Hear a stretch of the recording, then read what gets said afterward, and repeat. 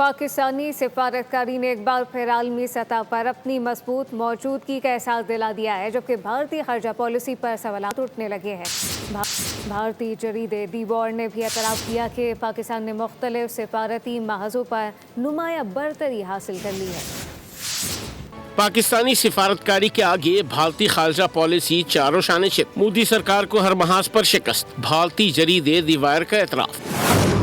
Report کے مطابق Washington نے مشرق وسطیٰ میں دہلی کی جگہ اسلام آباد کی اہمیت کو تسلیم کیا، جبکہ مودی سرکار کے دعوے عملی طور پر کمزور ثابت ہوئے۔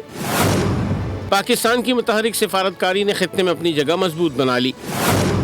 دی وار کا کہنا ہے کہ پاکستان امریکہ اور ایران کے درمیان اہم ثالث کے طور پر ابھرا۔ بھارت کی پاکستان کو تنہا کرنے کی حکمت عملی بھی کامیاب نہ ہو سکی۔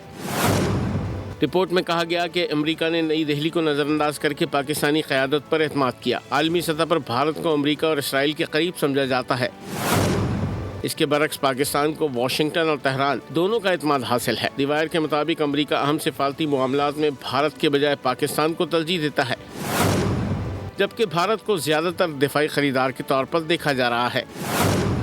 دی وار نے نشاندہی کی ہے کہ چابہار میں بھارت کی اربوں کی سرمایہ کاری خطرے میں ہے اور خطے میں سفارتی توازن تیزی سے تبدیل ہو رہا ہے۔ مودی نے جس ملک کو غیر اہم کہا، وہی آج عالمی امن کا ضامن نکلا۔